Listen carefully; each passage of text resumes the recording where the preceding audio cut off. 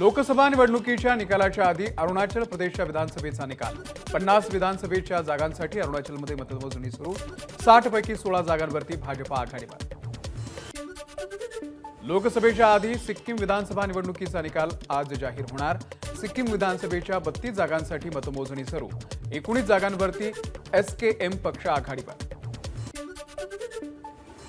लोकसभा निवडणुकीच्या 7व्या टप्प्यामध्ये 62% मतदान। पश्चिम बंगालमध्ये सर्वाधिक 73% मतदान।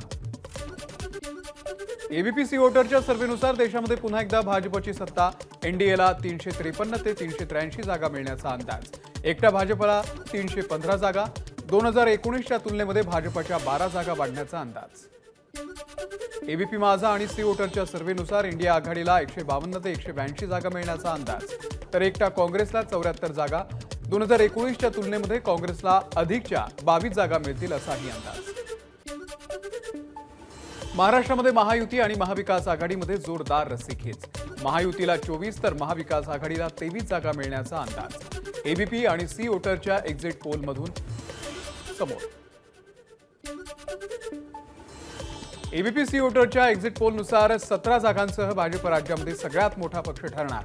मात्र भाजपच्या मागच्या वेळेच्या तुलनेमध्ये 6 जागा घटणार असल्याचा अंदाज। शिवसेना फुटीनंतर झालेल्या पहिल्याच निवडणुकीमध्ये पोलनुसार उद्धव ठाकरे यांच्या शिवसेनेला 9, शिंदेंच्या शिवसेनेला 6 जागा मिळण्याचा अंदाज। 2019च्या तुलनेमध्ये शिवसेनेचं 3 जागांचं नुकसान। एबीपी वोटरच्या सर्व्हेनुसार महाराष्ट्रामध्ये राष्ट्रवादी शरदचंद्र पवार पक्षाला 6 जागा मिळणार। 2019च्या तुलनेमध्ये 3 जागा वाढणार। पोलनुसार शरद पवार यांना पक्षफुटीनंतर फायदा होत असल्याचं चित्र। वोटरच्या एक्झिट पोलनुसार अजित पवार यांच्या राष्ट्रवादीला केवळ 1 जागा मिळणार। पक्षफुटीचा अजित पवार यांच्या राष्ट्रवादीला फटका। शरद पवारांना सहानुभूतीचा फायदा झाल्याचं चित्र। उत्तर भारतामध्ये पुन्हा कमळ फुलणार। उत्तर प्रदेशमध्ये एनडीएला 62 ते 66 जागांचा अंदाज। बिहारमध्ये 34 ते 38 जागा मिळण्याची शक्यता। कर्नाटकसह दक्षिण भारतामध्ये भाजपची मुसंडी। आंध्र आणि तेलंगणामध्ये भाजपला मोठे यश मिळण्याची शक्यता। भाजप तमिळनाडूमध्ये आणि केरळमध्येही खातं खोलणार। एक्झिट पोलचा अंदाज। भाजप आणि महायुती महाराष्ट्रामध्ये 42 जागा जिंकतील। मुंबई भाजपचे अध्यक्ष आशिष शेलार यांना विश्वास। मागे 5 राज्यांच्या निवडणुका झाल्या, त्यामध्ये काय चित्र होतं हे सर्वांना माहिती आहे। त्यामुळे यंदा मोदी पुन्हा पंतप्रधान बनणार। काही झालं तरी आमचं सरकार येईल, उदय सामंत यांचा विश्वास। एक्झिट पोलची आकडेवारी खरे ठरतेच असे नाही, मात्र त्यामुळे दिशा मिळते। निवडून आलो तर चंद्रपूरसाठी जीव तोडून काम करणार, सुधीर मुनगंटीवार यांचं वक्तव्य। देशातली जनता पुन्हा एकदा भाजपला विजयी करणार। देशामध्ये निश्चितच भाजप सरकार येईल। राज्यामध्ये एकनाथ शिंदेंनी केलेल्या कामांमुळे महायुतीचा विजय होईल, भावना गवळी यांना विश्वास। महाराष्ट्रामध्ये आम्ही 40च्या पुढे तर देशामध्ये 300 पेक्षा जास्त जागा मिळतील। आता मोदींचा करिश्मा उतरलाय आणि इंडिया आघाडीला संपूर्ण देशामध्ये समर्थन मिळालंय, नाना पटोले यांचं वक्तव्य। इतर उमेदवारांप्रमाणे आपले आकडे कमी होत नाहीत तर वाढतायत, कारण जनता माझ्या पाठीशी आहे। सुमारे 2 लाखांच्या फरकानं आपला विजय होईल। अहमदनगर लोकसभेचे उमेदवार निलेश लंके यांना विश्वास। छत्रपती संभाजीनगरचा नवा खासदार मीच होणार, महाविकास आघाडीचे उमेदवार चंद्रकांत खैरे यांचा दावा। तर निवडणुकीमध्ये अंबादास दानवेंनी चांगलं काम केलं, खैरेंची माहिती। छत्रपती संभाजीनगरमध्ये एक्झिट पोल विद्यमान खासदार इम्तियाज जलील यांच्या विरोधात, मात्र तरी जलील यांचा जिंकण्याचा 200% विश्वास। छत्रपती संभाजीनगर लोकसभा निवडणुकीमध्ये 1 लाख मताधिक्यानं निवडून येणार। महायुतीचे उमेदवार संदीपान भुमरे यांना विश्वास, मात्र एक्झिट पोलमध्ये महाविकास आघाडीचे उमेदवार चंद्रकांत खैरे हे आघाडीवर। लोकसभा निवडणुकीच्या निकालानंतर एमआयएम कडून आढावा घेतला जाणार। ज्या नेत्यांनी काम केलं नसेल त्यांच्यावरती पक्षांतर्गत कारवाई होणार, खासदार इम्तियाज जलील यांची माहिती। देशातील परिवर्तनाची सुरुवात महाराष्ट्रातून होणार आहे। महाराष्ट्रामध्ये महाविकास आघाडी मुसंडी मारेल। राज्यातली तोडफोड जनतेला आवडलेली नाहीये। 28 पेक्षा अधिक जागा महाविकास आघाडीला मिळतील। अकोल्यामधील काँग्रेसचे उमेदवार अभय पाटील यांचं वक्तव्य। सामान्य माणसानं देश पुन्हा मोदींच्या हातात देण्याचं ठरवलंय, त्यामुळे विरोधकांनी कितीही टीका केली तरी मोदी सरकार येणारच, अनिल बोंडे यांचं वक्तव्य। जे लोक 4 जूनला बाहेर पडणार आहेत त्यांनी हे एक्झिट पोल मॅनेज केले आहेत। इंडिया आघाडीला निश्चितपणे 295 जागा मिळतील. एक्झिट पोलवरती जयराम रमेश यांची प्रतिक्रिया. निकालानंतर प्रवेशाची रांग कुठे लागते हे सगळ्यांनाच दिसेल. अनिल देशमुख यांची सुनील तटकरे यांच्यावरती टीका. लोकसभा निवडणुकीमध्ये रत्नागिरी सिंधुदुर्ग मतदारसंघामध्ये ऐतिहासिक विजय होईल. त्यानंतर जल्लोषही ऐतिहासिक करणार नितेश राणे यांचं वक्तव्य. मला मतमोजणी आणि निवडणुका निकालाच्या संदर्भात धाकधूक वाटत नाही आणि उत्सुकताही नाही, कारण 100% विजय माझाच होणार. नारायण राणे यांनी व्यक्त केला विजयाचा विश्वास. जयंत पाटील यांच्याविषयी बोलण्याइतके सूरज चव्हाण मोठे नाहीत. शरद पवार गटाच्या महबूब शेख यांचा हल्लाबोल. तर अजित पवारांची बोट लवकरच बुडणार आहे. त्यातून सगळ्यात आधी उडी मारणारे सुनील तटकरे असतील, महबूब शेख यांचा दावा. मुंबई उपनगरामधल्या 4 लोकसभा मतदारसंघांमधील मतमोजणीसाठी प्रशासन सज्ज. मुंबई उत्तर, उत्तर पश्चिम आणि उत्तर मध्य मुंबईची मतमोजणी गोरेगावच्या नेस्को सेंटर इथे, तर उत्तर पूर्व मुंबई मतदारसंघाची मोजणी विक्रोळीमधल्या उदयांचल शाळेमध्ये होणार. यवतमाळ वाशिम लोकसभा मतदारसंघाची मतमोजणी दारव्हा मार्गावरच्या धान्य गोदामामध्ये होणार. 30 फेऱ्यांमध्ये लोकसभेचा निकाल लागणार, जिल्हाधिकाऱ्यांची माहिती. अपघात झाला तेव्हा अल्पवयीन मुलगाच गाडी चालवत होता. आरोपीची आई शिवानी अग्रवाल आणि वडील विशाल अग्रवाल यांची कबुली. पुणे अपघात प्रकरणामध्ये अल्पवयीन मुलाच्या जागी स्वतःचं रक्त दिल्याची शिवानी अग्रवाल यांची कबुली. आई शिवानी आणि वडील विशाल अग्रवाल दोघांनी मिळून कट रचल्याचं पोलीस तपासामध्ये उघड. रक्ताचे नमुने बदलल्या प्रकरणामध्ये विशाल अग्रवालचा गुन्हे शाखेनं घेतला ताबा. चालकाला धमकावल्या प्रकरणामध्ये विशाल याला काल कोर्टानं दिली होती 14 दिवसांची न्यायालयीन कोठडी. पुणे अपघात प्रकरणामध्ये अल्पवयीन मुलाच्या आई वडिलांची समोरासमोर चौकशी होणार. शिवानी अग्रवाल आणि विशाल अग्रवाल यांची पुणे पोलिसांची गुन्हे शाखा करणार चौकशी. पुण्यातील अपघातावरती आरजे मलिष्काचं रॅप सॉन्ग गाण्याचा व्हिडिओ सध्या सोशल मीडियावरती व्हायरल झालेला. सीएसएमटीचा विशेष ब्लॉक आज दुपारी संपणार, प्रवाशांना दिलासा. ठाणे रेल्वे स्थानकावरील फलाट क्रमांक 5च्या रुंदीकरणाचं काम अंतिम टप्प्यामध्ये. आज दुपारपासून फलाट प्रवाशांसाठी उपलब्ध होणार. आज दुपारी 12:30 वाजेपर्यंत ठाण्यातील काम पूर्ण होणार. मध्य रेल्वे आज सर्व चाचण्या आणि तपासण्या पूर्ण करणार. वेळेच्या आधीच ठाणे स्थानकामधील मेगा ब्लॉक पूर्ण. आज 235 लोकल रद्द, तसंच 31 लांब पल्ल्याच्या गाड्याही रद्द. आजही प्रवाशांना त्रास होण्याची शक्यता. कोस्टल रोडमधील गळती प्रकरणामध्ये मिलिंद देवरा यांचं मुख्यमंत्री एकनाथ शिंदे यांना पत्र. मुंबईकरांच्या सुरक्षेसाठी पावसाळ्याच्या पूर्वी काम पूर्ण करण्याची पत्राद्वारे केली विनंती. इंजवडी ते शिवाजीनगर मेट्रो प्रकल्पामधील पहिली मेट्रो पुण्यामध्ये दाखल. 3 डब्यांची मेट्रो ट्रेन पूर्णपणे स्वदेशी बनावटीची. लवकरच ही मेट्रो पुणेकरांच्या सेवेत दाखल होणार. 11वी ऑनलाईन प्रवेशाची पहिली गुणवत्ता यादी 26 जूनला जाहीर होणार. या फेरीसाठी विद्यार्थ्यांना 5 ते 16 जूनपर्यंत आता पसंतीक्रम नोंदवता येणार आहे. प्रवेश फेरीमुळे मिळालेला प्रवेश रद्द करताना विचारपूर्वक निर्णय घ्या. शिक्षण विभागाकडून विद्यार्थ्यांना सूचना. प्रवेश रद्द केलेल्या विद्यार्थ्यांचे प्रवेश अर्ज पुढील एका फेरीसाठी बाद ठरवणार. राज्यातील विविध व्यावसायिक अभ्यासक्रमांच्या प्रवेशासाठी घेण्यात आलेली सीईटी निकालांच्या संभाव्य तारखा जाहीर. MHT सीईटी परीक्षेचा निकाल 10 जून रोजी जाहीर होणार. विठ्ठल रुक्मिणीचं पददर्शन आजपासून सुरू. तब्बल 79 दिवस चरणस्पर्श दर्शन होतं बंद. तेलंगणाचे भाविक बालाजी मुंडे यांच्या हस्ते विठुरायाची पूजा संपन्न. पूजेला चंद्रकांत पाटील यांची उपस्थिती. पंढरपूरमधल्या विठ्ठल मंदिराला फुलांची सजावट. दर्शन रांगेमधील भाविकांवरती मंदिर समितीकडून पुष्पवृष्टी.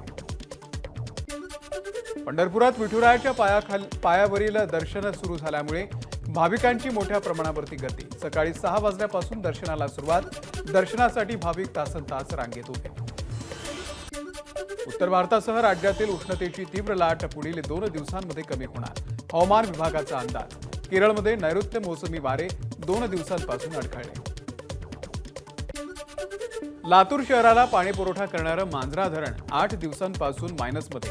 योग्य नियोजनामुळे शहराला 4 दिवसाच्या आड पाणी पुरवठा. निम्न तेरणा प्रकल्पही 0%वर. धाराशिव शहराच्या पिण्याच्या पाण्याचा प्रश्न गंभीर। तेरणा धरणामध्ये अवघा अर्धा टक्के पाणीसाठा शिल्लक। भंडाऱ्याच्या साकोलीमध्ये प्रखर उष्णता आणि महावितरणच्या लोड शेडिंगमुळे पालेभाज्या करपल्या, त्यामुळे भाजी उत्पादक शेतकरी संकटात।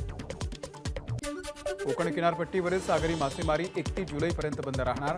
मच्छीमारांना समुद्रामध्ये न जाण्याच्या सूचना। राज्यामध्ये रविवारपासून पावसाची शक्यता। विजांच्या कडकडाटासह विखुरलेला पाऊस पडण्याची हवामान विभागाची शक्यता। त्यासोबतच कोकण, मध्य महाराष्ट्र, मराठवाडा आणि विदर्भाला 4 जूनपर्यंत येलो अलर्ट। लोकसभा निवडणुकीच्या मतमोजणीच्या दिवशी राज्यातील विविध भागांमध्ये पावसाची शक्यता। कोकण, मध्य महाराष्ट्र, विदर्भ आणि मराठवाड्यामध्ये तुरळक ठिकाणी पाऊस पडणार, हवामान विभागाचा अंदाज। मुंबईमध्ये 4 किंवा 5 जून रोजी पावसाचं आगमन होणार, हवामान विभागाचा अंदाज। यामध्ये मुंबईकरांची पावसाची प्रतीक्षा लवकरच संपण्याची शक्यता। वाशिम जिल्ह्यामध्ये अनेक ठिकाणी पावसाची हजेरी। अचानक आलेल्या पावसामुळे नागरिकांना उकाड्यापासून दिलासा। पावसाळ्यामध्ये कुठल्याही ठिकाणी दिसणाऱ्या खड्ड्याचा फोटो पालिकेला व्हॉट्सअपवरती पाठवल्यास 24 तासात खड्डा बुजवण्यात येणार। पालिकेकडून 25 वॉर्डसाठी संबंधित अधिकाऱ्याच्या नावांसह व्हॉट्सअप क्रमांकही जाहीर होणार। करी रोड, लोअर परेलमध्ये पाणीबाणी। 6 जून रात्रीपासून 7 जून दुपारपर्यंत पाणी पुरवठा बंद। या काळात जलवाहिन्यांच्या दुरुस्तीचं काम केलं जाणार। खासदार नवनीत राणा आणि आमदार रवी राणा यांनी मुंबईमध्ये घेतलं कालीमातेचं दर्शन। जुहूमधल्या कालीमाता मंदिरामध्ये राणा दाम्पत्याच्या हस्ते आरती। मतमोजणीच्या पूर्वीच इंदापूरमध्ये बॅनर वॉर। सुप्रिया सुळे आणि सुनेत्रा पवार यांच्या विजयाचे बॅनर। साताऱ्यामधील फलटणमध्ये निकालाच्या आधीच रणजितसिंह नाईक निंबाळकर यांच्या विजयाचे बॅनर्स। भाजपच्याच कमिटी सदस्यांनी बॅनर्स लावल्याची माहिती। माढा मतदारसंघामध्ये बॅनर्सची चर्चा। रायगडावरती होणाऱ्या शिवराज्याभिषेक सोहळ्याची पत्रिका तुळजाभवानी चरणी अर्पण। तुळजापुरामधून मानाचं कुंकू आणि कवड्याच्या माळा रवाना। 6 जून रोजी महाराजांचा 350वा शिवराज्याभिषेक सोहळा संपन्न होणार। सोलापूरमधील अशोक नवरे यांचं 234 वेळा रक्तदान। 1976 पासून रक्तदानाला सुरुवात। सोलापूरमधील दमानी ब्लड बँकेतर्फे अशोक नवरे यांचा रक्तमित्र पुरस्कारानं गौरव। कुंतलगिरीच्या पेढ्यांची दुकानं रात्री 10 नंतर सुरू ठेवल्यास कारवाई होणार। या संदर्भात वाशी पोलिसांची व्यावसायिकांना नोटीस। 27 ते 30 मे या दरम्यान मुंबई कस्टमकडून 9 किलोहून अधिक सोनं आणि इलेक्ट्रॉनिक वस्तू जप्त। वस्तूंची किंमत 6 कोटींच्या वर असल्याची माहिती। नाशिकच्या लासलगाव जवळच्या विंचूर येथील कांदा व्यापाऱ्याची 6 लाख रुपयांची बॅग चोरट्यांनी धूम स्टाईलने चोरली। लासलगाव पोलीस ठाण्यामध्ये गुन्हा दाखल। घटना सीसीटीव्हीमध्ये कैद। निलेश ढवळे हत्या प्रकरणामध्ये आरोपीला 4 जूनपर्यंत पोलीस कोठडी। या प्रकरणामध्ये आणखी काही नवं समोर येण्याची शक्यता।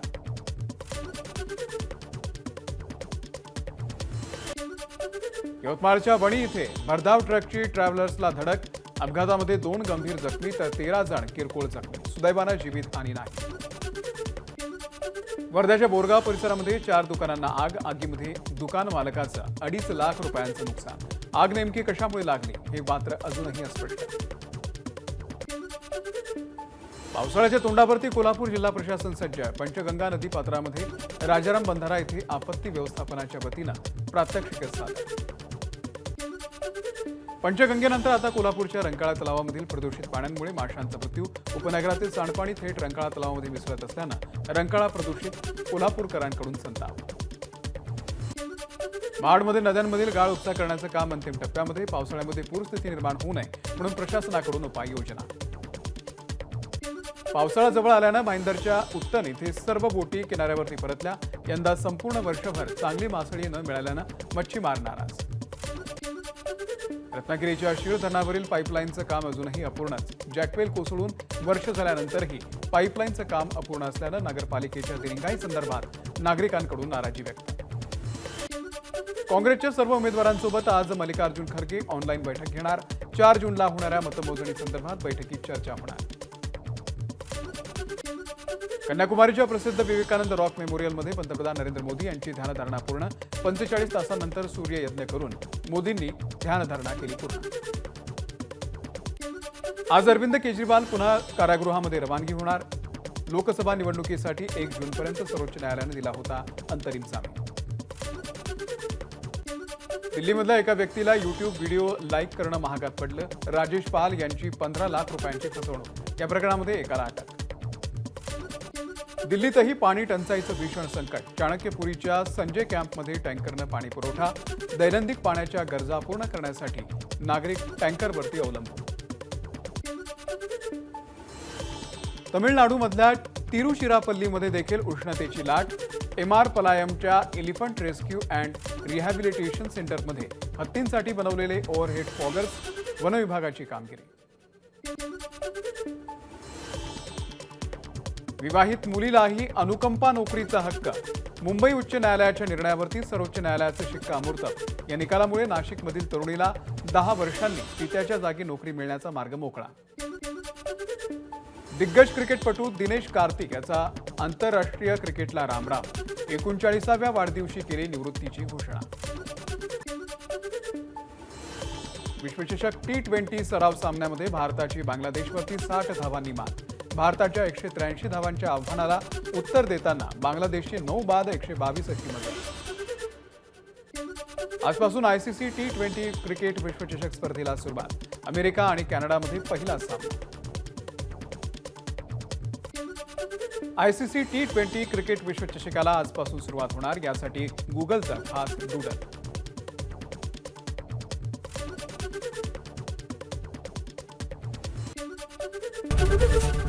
ABP माझा, उघडा डोळे बघा नीट।